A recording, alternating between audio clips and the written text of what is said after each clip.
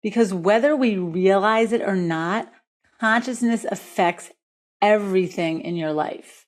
And think about the word consciousness. Think about someone who's unconscious. What does that mean? You're knocked out on the ground. You don't know what's happening. Unfortunately, there's many people living their lives in an unconscious state, but they're awake. And when you're unconscious, it affects how you lead, how you communicate, how you love, how you handle disappointment, how you respond when life doesn't go as planned. And most importantly, it affects whether you are creating your life on purpose, intentionally, or simply reacting to whatever shows up next.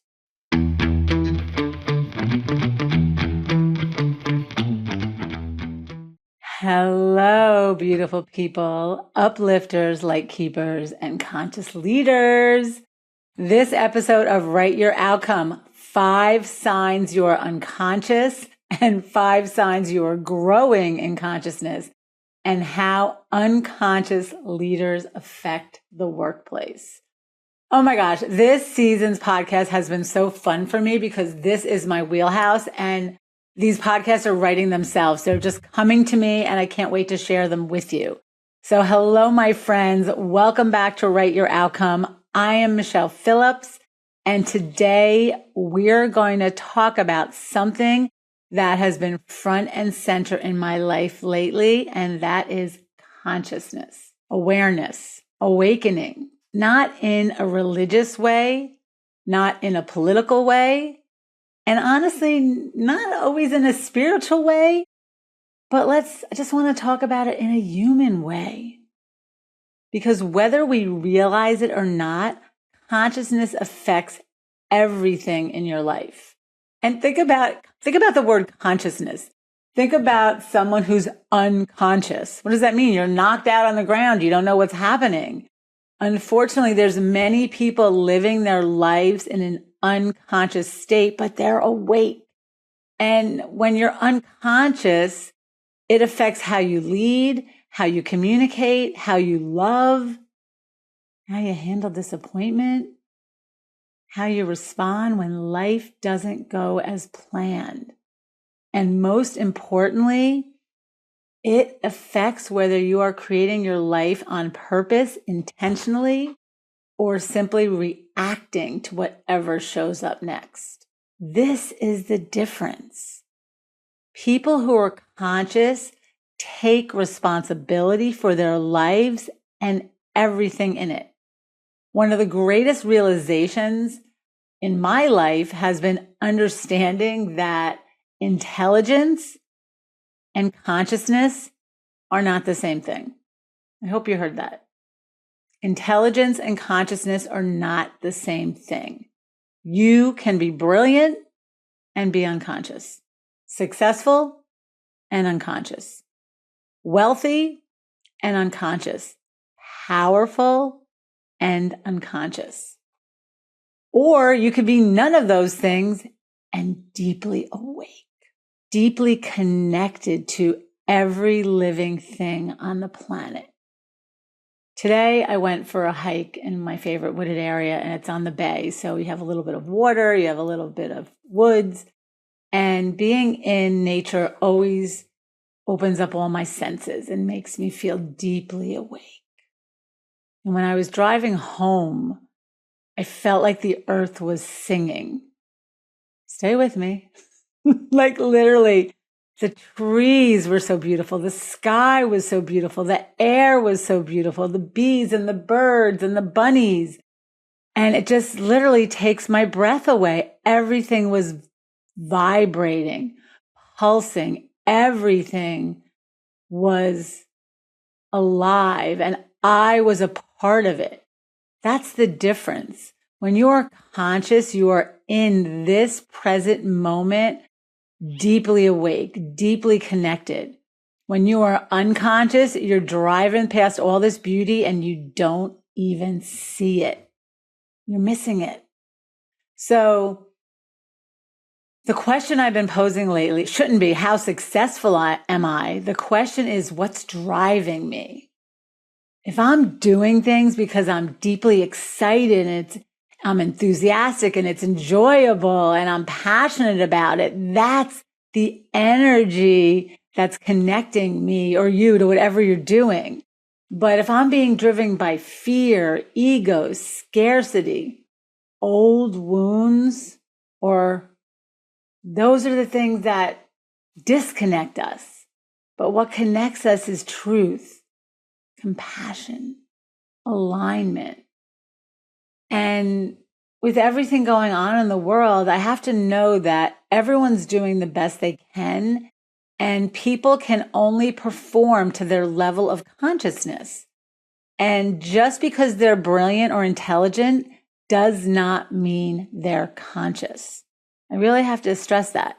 Just because someone is successful, brilliant, powerful, wealthy, doesn't mean they're conscious.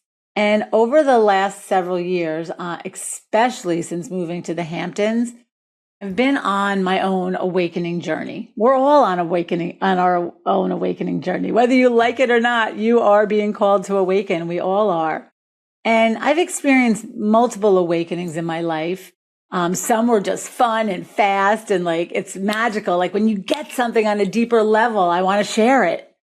I want to put a podcast out. I want to write a book. I want to do a workshop on it because it's something that's like, wow, this is helping me in my life so much.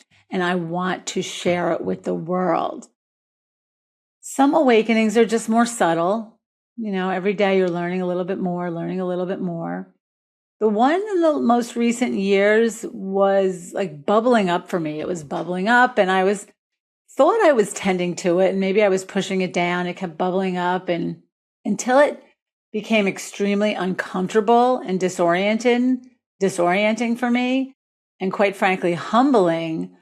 I didn't slow down long enough to look at it.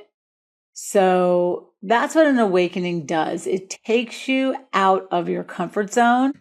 And we'll talk about this a little more in a minute. But my first awakening, I remember in the late 90s, was just like, the angels were singing and I was seeing life in a whole new way. But there was this quote that always stuck with me. I think it was a Zen quote. And it said, before enlightenment, chop wood, carry water. After enlightenment, chop wood, carry water. Meaning, I don't care how enlightened you are, you still have to do the laundry. Oh, and that's the other great quote. After the ecstasy, the laundry. Right? So no matter how enlightened you may be, you still have to drag your recycling bins to the curb. So while awakening is a real thing, life continues. The bills still need to be paid. The world is the world. So awakening is not a place to arrive, but it's a shift to something that you have a deeper understanding of in your life. And now you have to integrate it into your life. So in my first book, Happiness is a Habit, I talked about how unconscious I was. So much so that my emotions, I took every thought and every emotion as me. And if you did not agree with me, I took it personally. If you read the first book, and anyone who has been to my classes know that when my emotions ran amok, man, I went with them, hook, line, and sinker. And I yelled, I screamed, I threw things. I had little temper tantrums, of course, mostly just with my family. And I ran myself off the road once. I had someone run me off the road. I mean, I could tell you ridiculous stories of how I behaved when things didn't go my way. I was emotionally hijacked. And then once I learned I was not my thoughts, but the one who responded to my thoughts, I feel relief even just sharing that with you right now. It just gave me so much freedom. And then, of course, I wanted to share it with everybody. So much so, it gave me so much freedom in my life that I've stayed on this path since 1997, when my first awakening came. A path of self-growth, self-discovery. And I promise you, it gets easier. It does get easier, but it never ends. So there's always another level. Awakening to me always felt more like an unraveling. So for a while, you enjoy your new wisdom, right? It takes you places. You see things, you feel things, you understand the universe in a deeper way. And I call it like a full body knowing. I could teach you something and you can learn it in a book and study it and get the right answer on a test. But a full body knowing is, ooh, that resonates with every cell of my body. And I don't even need the proof. I just know it. So it's very satisfying and meaningful, and it carries you, and it gives you a deeper appreciation for every living thing, every living thing. There is no us and them in the universe. We're all connected. And then life shifts again. And then things that used to fit no longer fit. Things that once motivated you, they just don't motivate you anymore. Conversations that once satisfied you begin to feel shallow, and you're just craving something deeper. So nothing's wrong with you. You're just graduating. You're just going to the next level. What did my friend Stacy? Hello, Stacy. Stacy said, you've graduated high school and you're on to college. You graduated this course and you're on to the next course. And another fun metaphor is I remember my first car I ever bought. It was a Pontiac 1000. It looked like a Chevette. I remember I put $1,000 down on this car and I drove it off the lot and I was so excited. But after a few years, this car didn't satisfy me anymore. I wanted a nicer car. So I got a nicer car. And then I wanted a nicer car. And that's kind of what happens with awakening and consciousness. You are comfortable in that car for a while. You're comfortable where you are. And then you're like, you outgrow it. So even though I've been on this journey for decades, I understand that sometimes it feels like things are falling apart, but really you're waking up. So maybe this is happening to you too. I want you to think about the areas of your life that are not satisfying to you. And it's not wrong. There's no judgment. It's just a fact. Is it satisfying you? Yes or no? You need to take a sip. If it's satisfying you, keep going. If not, maybe you're just being called to graduate to something different. So let me break down spiritual awakening, because even that word can make people go, oh, you're being all woo-woo. And it's not woo-woo. This is deep, ancient wisdom. There's a reason they call it ancient wisdom, because it's been on the planet for longer than you have. But sometimes, mostly in the Western culture, we are so stuck in our left brain of, proving ourselves and building that we don't let the wisdom sink in, or we don't access the wisdom, which goes back to my point before. We have a lot of intelligence on the planet and we have a lot of facts, but not a lot of wisdom. I'm actually starting to call it intelligent stupidity, and we'll talk about that maybe a little later. But awakening is not becoming someone new. It's remembering who you were in the first place. I'm just here leading you back to you. I'm walking myself back to me. When you are just free and loving, think about who you were as a child before the well-meaning adults in our life, our loving parents. Hopefully you had loving parents, maybe not, but our parents, our teachers. The world started conditioning us, or the societal expectations. We were taught to become fearful. We were conditioned, and, we were convinced otherwise. So a spiritual awakening is when you become conscious of your thoughts instead of being ruled by them. It's recognizing the difference between the voice of your ego and the wisdom of your soul. Those of you who know me know I've named these two voices in my head. Wanda is the voice of my ego, and she always is about protecting me and keeping me safe, and she's really hard on me. And Grace is the ancient wisdom, the deep, spiritual, soulful, wise part of me. So knowing that you have both these voices in your head and understanding that no amount of success, approval, achievement, or perfection will ever satisfy this deeper longing within you. And that's why awakening is always mostly triggered by discomfort, heartbreak, burnout, grief, illness, loss, disappointment. A successful life that somehow still feels empty. And this is what Eckhart Tolle calls the dark night of the soul. And your ego experiences this as a loss, but your soul experiences this as liberation. I've talked about Will Smith before on the podcast. I've always been a fan. I do not condone violence or what happened with him and Chris Rock, but I do see a man who really is always his whole life been trying to figure it out. He's a deep seeker and learner. And I watched Pole to Pole, his new National Geographic series, where he talks about, he thought if he was the biggest movie star in the world, if he had the perfect wife and the perfect kids and the perfect home, he would be happy. And then he says in the series, he goes, I'm not happy. And still my kids don't come home for Christmas. So while I don't have the level of success he has or the money, each of us, spiritual awakening comes to each of us. And I use him as an example because he really humbled himself in the series. I have even more admiration for him now than I did before. Again, I don't condone what he did, but there by the grace of God go I. A movie camera doesn't follow me around my whole life, and I've done some pretty embarrassing things. So I would say, this is a good segue. He was unconscious in that moment, because if he was conscious, he never would have hit Chris Rock. So let's talk about 5 signs that you may be operating unconsciously. Now, it's always easier to judge someone else and look at someone else. And before anyone gets defensive, including me, let's remember something important. Every one of us has unconscious moments. So it's not about judgment. It's about awareness. You can't transform and transcend what you're unwilling to see.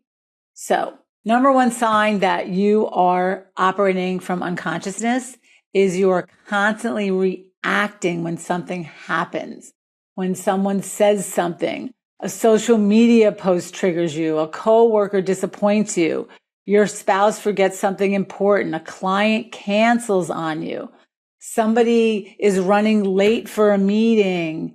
You're screaming at the TV for whatever reason, and immediately your emotions are driving the bus. Unconscious. You get angry, defensive, fearful, frustrated. The unconscious mind is the reptilian brain. It's the reactive brain. The conscious mind pauses. One of the greatest gifts of awakening is discovering that there is a space between stimulus and response. And in that space lives your power. That's why they say count to 10, right? Don't fly off the handle, count to 10, sleep on it. In 1997, I learned E plus R equals O when I got certified through Jack Canfield's retreat. And if you have been in my workshops over the last 25 years, you learned E plus R equals O. Because it's so powerful, it changed my entire life. The E stands for event. Everything in your life is an event, and events aren't good or bad. Your reaction or response to the event, which is the R, gives you your outcome. And if you don't like the outcome anywhere in your life, you don't always have control over the event, but you always, always, always have 100% responsibility to control your reaction and your response. So that's sign number 1. Sign number 2, you may be operating from an unconscious place. You need to be right. Oh boy, this one's sneaky. The ego loves to be right. It loves certainty. It loves proving itself, and it loves winning. And oh my gosh, I find myself sometimes, if someone contradicts me, it's like I feel that need to be right sneaking up in me, and it comes to me as a tension in my body. And I have to breathe and say, okay, Michele. Instead of what an unconscious person would say is, I need to prove I'm right. How can I prove I'm right? The conscious person says, what am I missing? What am I missing? The first one seeks validation that you're right. And the second one is seeking truth. I want to take a moment to go over all the ways we can connect and work together, because there are so many. Definitely social media. You could subscribe to my newsletter by going to energizeyourhappiness.com, clicking on the key performance logo in the upper left-hand corner, which will prompt you to add your email. And when you do that, you will receive for free my 5 super habits that energize your result. You can continue to keep listening to this podcast. And if you hear something that resonates, that helps you, please share it with your friends and family. This podcast is a labor of love, and it is fully funded by myself. You can read my books. Happiness is a Habit, Energize Your Happiness. Energize Your Happiness is available in book form and on audible.com.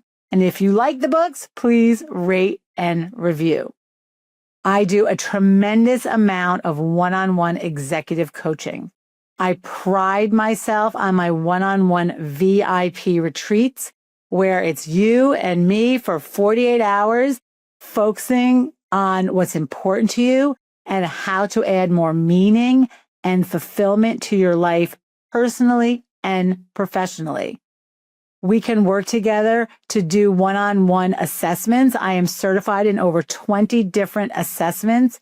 You take the assessment online, and then one-on-one, we have a Zoom call where you get a personalized debrief session with me. I also have a self-guided online video program based on my first book, Happiness is a Habit. This book has been curated into 18 beautiful videos and an 80-page workbook, which you could do as a self-guided study, or you can hire me to coach you along through it and support you. One of my favorite things to do with burnt out executives is the Energized Leader 90-day reset experience. I do tons of keynote speaking, 1 day, full day and half day workshops, Zoom and virtual workshops. So from podcasts to books, to executive coaching, to workshops, to transformational leadership, all of this work is not about faking it. This work is about emotional mastery, energetic alignment, and courageous leadership, and consciously writing an outcome that you want to live. So you can reach me at energizeyourhappiness.com. All of these things are on my website, or you can email me directly, Michele@energizeyourhappiness.com. Thank you, and make it a great day. Sign number 3, that you are operating from an unconscious place. You blame external circumstances. Whew, we love doing that. It's not my fault I'm like this. I had a bad childhood. I never went to college. It's my boss's fault. It's my spouse's fault. The economy. Oh, my favorite one. It's my mother's fault. It's the market's fault. Politics, competitors. Oh my God. It's always somebody else. Now, external challenges are real. Not saying they're not real, but an unconscious person says, it's not my fault. A conscious person says, how am I participating in this experience? Because no matter what's happening to you, the common denominator is you. So people that, I can never find the right job, or I can never find the right spouse or the right partner. It's like the common denominator in every relationship and every job is you or me. For every finger I point at you, I point 3 back at me. So how am I participating? And the question shifts everything for you. Sign number 4 that you are operating unconsciously is fear is running the show. This one has been bubbling up for a long time because the marketers love fear. They are playing on our fears 24/7, right? Fear that we're going to get old, fear that we're going to run out of money, fear that we're going to be unhealthy. You name it, fear of rejection, fear of failure, fear of being judged, fear of not being enough, not being seen, being invisible. That's a big social media. Is anybody out there which I've said before.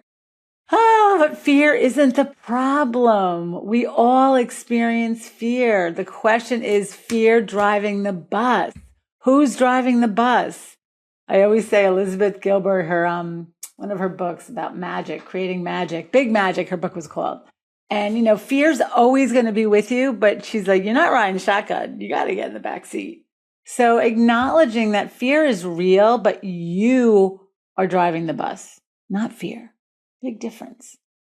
Sign number 5 that you're operating from unconsciousness is everything becomes us versus them. The ego always needs an opponent. It's like a rabid dog and it just wants to get in a fight. And we see this everywhere right now. Politics, families, organizations, social media. The unconscious mind divides, it labels, it judges, it condemns. I mean, people go on social media just so they could pick a fight. Unconscious people. The conscious mind is curious, seeks to understand. I write about this in Energize Your Happiness. When the us versus them started happening, I thought, what am I going to do? Can I just be with people that think like me and believe like me? And I thought, oh my God, that just shrinks my world. I want to expand my world. I want to understand why you think that way. So a conscious mind seeks understanding before judgment.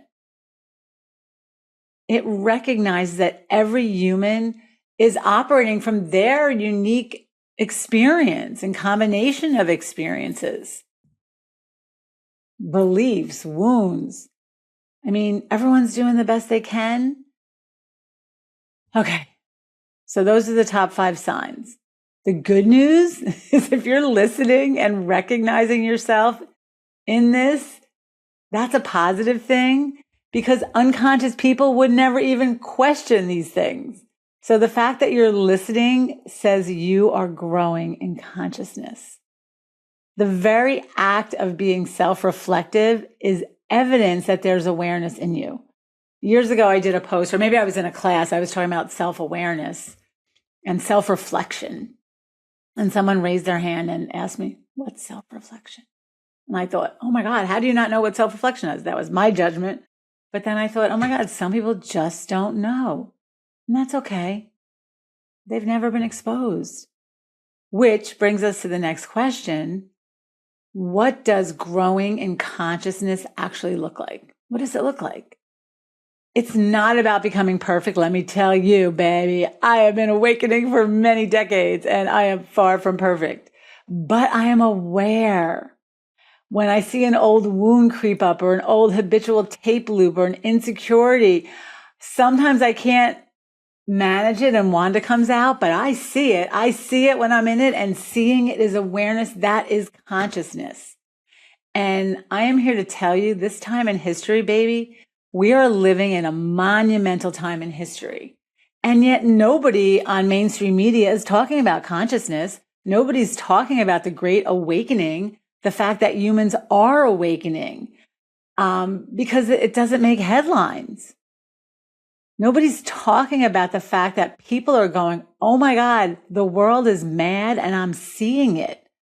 Maybe for the first time, I'm seeing how crazy human beings can be. Gosh, when I was in high school, Herb Calido, he recently passed away, was my teacher, and he taught a class called Man's Inhumanity to Man. And in the class, he taught us about all the Holocaust and the wars and how men and humans were horrible to each other. So this is not a new thing, but it is just, it's grown to outlandish proportions so much that humans are waking up to say, this doesn't cut it anymore. We need a new way to live. And we're seeing that this mad world is being created by intelligent stupidity. Eckhart Tolle calls it intelligence in the service of madness. And what does this mean? Intelligence in the service of madness. It means we'd rather use our intelligence to build weapons than to build a world where we get along. It's a culture our Western culture that just prides itself on accumulating, building, succeeding, being perfect, never aging, hedonism, like just gratifying ourselves externally, however we can. We've become so identified with things outside of us that we are spiritually dehydrated. And that's a word I've come up with recently because my spiritual awakening in the Hamptons, which I keep calling it, which cracks me up because I know it sounds crazy, but it doesn't matter where you are. Think of Will Smith. Just the obsession with perfectionism and how out of control we've let it become. And we think perfectionism is a good thing, right? An interview, what's your weakness? Oh, my weakness is I work too hard and I want things to be perfect. Oh my gosh, our weakness, perfectionism is killing us. The desire I remember when the Pottery Barn catalogs came out in the beginning, back in the day, and you wanted your living room to look like Pottery Barn. Now everybody wants, their living room, their kitchen, everything has to look like a showroom. But my mama always said, never apologize for a messy house. We live here. And sometimes the towels are on the floor and the dishes are in the sink. So our obsession with perfectionism is out of control. It's become mental illness. And with that said, mental illness and depression are on the rise. They are up 25% in the last 2 decades. Why? Because of this perfectionism that we're trying to attain, this visual culture where everything has to look good. Even today, I said, I'm wearing a white shirt and I don't have any makeup on. And should I do this podcast? Not looking all glamorous. Not that I look all that glamorous on other days, but this message was so important to me. I'm like, I'm going on with my white shirt and my not a lot of makeup. So, because it doesn't have to be about how I look, because I know this message is important and deeply, deeply, deeply important. And the other piece of, the internet magnifying things is our need to document every aspect of our life. And we started to mistake being valuable and having meaning in our lives with looking valuable on social media, right? If you have all these followers and your house looks beautiful and you look beautiful, you're valuable. But do we see how mad that is? I really want to stop. I keep thinking of that Susan Powter, that woman that wrote the book, Stop the Insanity. We've created a crazy world where our nervous system never gets to reset. And the good news is that you're listening to this podcast. And once you see the insanity of it all, you can move beyond it. You can become conscious in an unconscious world. So let's talk about the 5 signs that you are growing in consciousness. Sign number 1, you pause more often. You notice your emotions. Remember, E + R = O. Take the pause. Count to 10. What am I feeling in this moment? Identify your emotions. The shamans have a saying, name it to tame it. If I can name my emotion, I can tame it instead of suppressing it, ignoring it, right? Avoiding it. But you don't have to immediately act on it either. You just watch it. Be the witness of your emotions for 24 hours. Catch yourself and make the connection. That's the biggest thing. When I get that twist in my stomach and I take that pause, where did that twist in my stomach come from? It's usually because I committed to something I didn't want to do. I, got left out of a meeting. I saw someone has a better life on social media. It's usually something external that twists my stomach. And then when I catch it and observe it, and I'm a witness to it, instead of becoming the uncomfortable thought, when I can notice my anger, notice my jealousy, notice my uncomfortableness, I'm able to shift it. And that's what my whole book, Energize Your Happiness, is about. So again, here's my quick plug. If you haven't bought it, please buy it. Once you notice your emotion, the shift changes everything. So sign number 2, you are growing in consciousness, is you are curious versus certain. Think about that. I think it was not Tupac. Oh my God. Shaq O'Neal. Oh my God. What is his name? Basketball player. He wrote a book years ago. It was like, I may be wrong, but I doubt it. So when you anyone who tells you they know everything doesn't know everything. So again, are you being more curious or are you digging into your certainty? One of my favorite leadership questions is, what am I missing? Help me see this another way. Curiosity is a sign of consciousness. I mean, think about Einstein. He was always curious. He always wanted to know more. When you're growing in consciousness, you don't assume you have all the answers. You start exploring and you become a student in Earth School. This earth, this life, it's all teaching you something. Number three sign that you are growing in consciousness, you take responsibility for your life. Responsibility. If I spelled it out, and when I'm in a classroom, I always spell it out on the flip chart. RESPONSE, response, and then new word, ability, ABILITY. Now, I know that's not the way it's spelled, but responsibility, it's your ability to respond. And you have 100% control, responsibility. Even if someone has a gun to your head, you still have a choice, move or stay. So, not blaming others, taking responsibility. You stop asking, why me? Why is this happening to me? And you start to say, what is this teaching me? What am I going to learn from this? A Course in Miracles says, please God, help me see this another way. That's what I say. When I don't get something, I'm like, help me see this another way. That's when you turn your suffering into wisdom. Sign number 4 that you are growing in consciousness. Being authentic matters more to you than approval. And this has been a big one for me. If you have been a listener, you've heard about my need for attention. But there comes a point where performance is exhausting, pretending. And honestly, I've always worked to be genuine my entire life. So let me back up how I'm saying that. I really have made an effort to be as genuine, honest, and forthcoming. But social media just pushed every button and every old wound in me because I felt, again, this is me. I got to take a picture of my food and I've got to, before I walk into the hotel room, I've got to, take a video of it and I've got to post, and it became exhausting. So I realized that while some people, no judgment, love that and that's their wheelhouse, it's not my wheelhouse. It's just not. I don't know. I'd rather enjoy the experience while I'm in it than document it. So seeking approval becomes exhausting.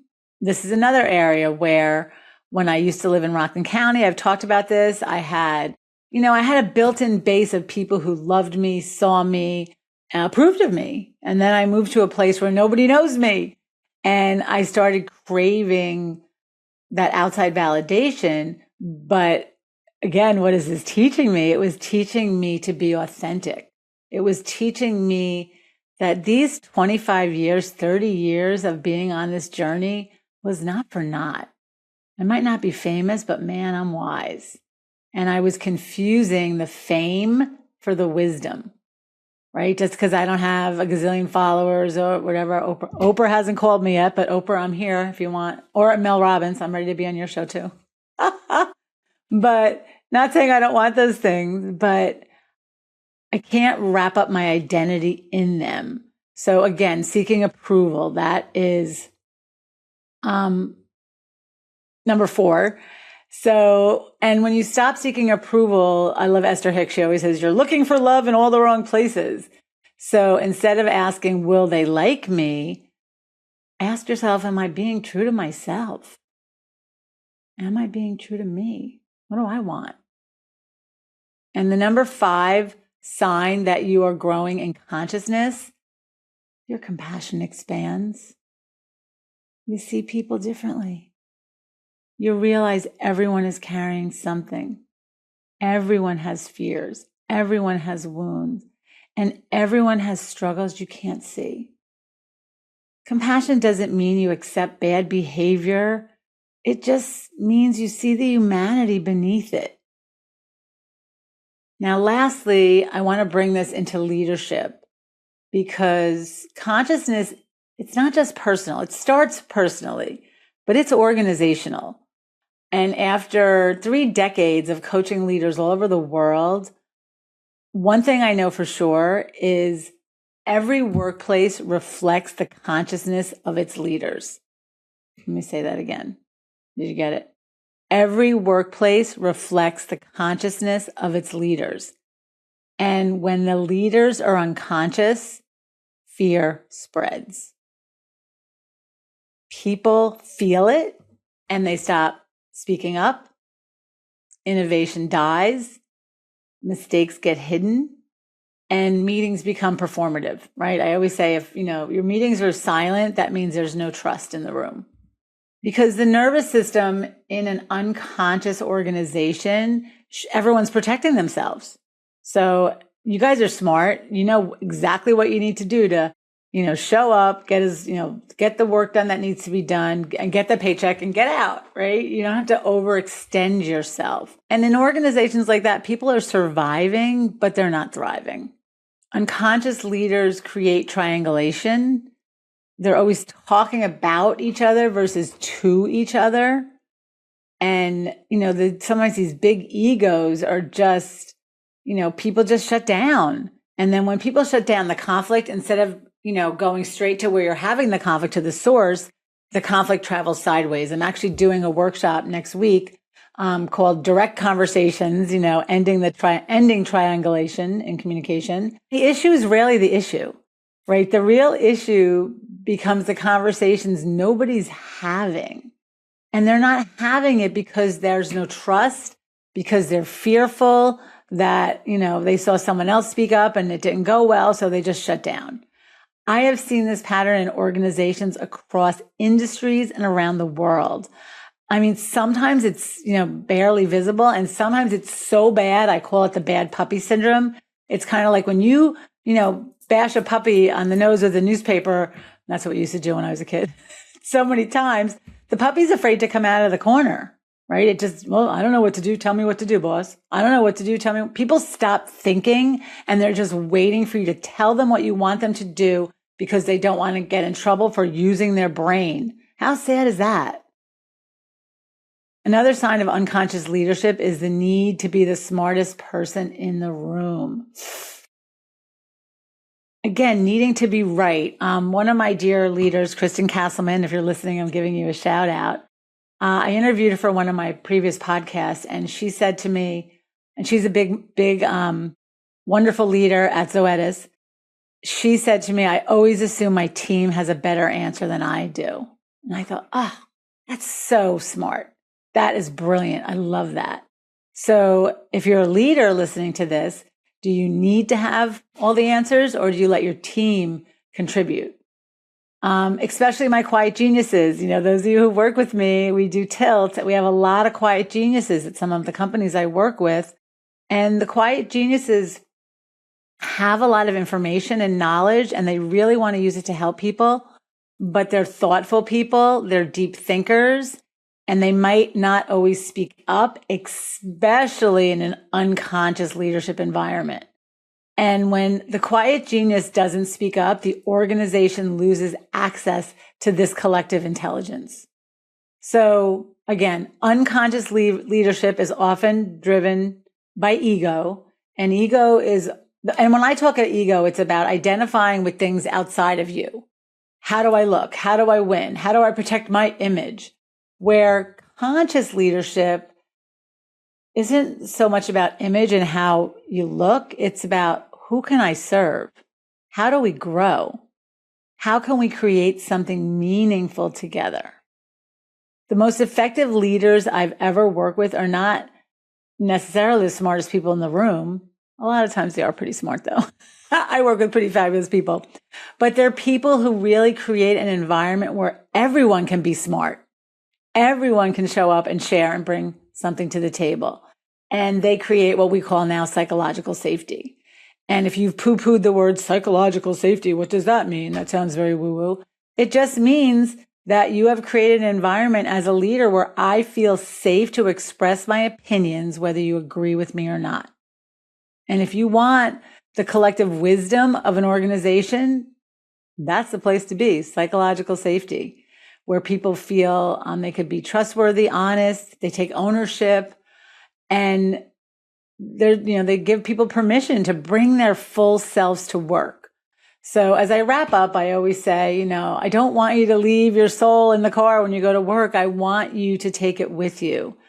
I also want you to realize that awakening is not reserved for monks sitting on mountaintops or people, wearing long flowy clothes, and hanging out on the beach. Awakening is happening everywhere. It's in boardrooms. It's in marriages. It's happening in difficult conversations. It's happening in moments of heartbreak. It's happening in the middle of your success. And it happens when the life you built no longer feels aligned with the person you're becoming. It's time to awaken. Consciousness is not about performing and becoming perfect. It's about becoming present. And that's the one thing I've been practicing and still practicing. I'm a pretty fast person. So to become present, once you realize you're not present, you're present. So being present means you're in the present moment. You're not thinking of something in the future and you're not remembering something from the past. Sometimes I just go through my senses to bring myself back to the present moment and, ask myself, what am I seeing? What am I feeling? What am I smelling? Deep breaths bring me back into the present moment. Aware enough to notice your patterns, aware enough to choose your response, aware enough to lead versus react, and aware enough to write the outcome that you want to live instead of living by default. So after all is said and done, awakening, as I said before, is just really remembering who you are at your core. Your soul wants to come out and play. Your beautiful mind, your heart, and your gut and your soul all want you to remember who you are.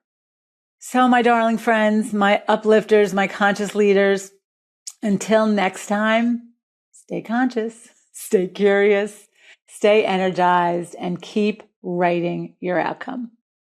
I'm Michele Phillips, the Light Lady, and I look forward to next week's episode. Make it a great day. If you liked what you heard and you want to go deeper, and you are part of this new earth and this new awakening that is happening on the planet, please go right now to wherever you are listening to this podcast and subscribe. Apple Podcasts, Spotify, YouTube, iHeartRadio, and Amazon Music. Please rate and review to give it a bigger boost, and that will bring more people to the podcast. And stay tuned for more engaging conversations on Write Your Outcome, where this season we are walking the edge between business and spirituality.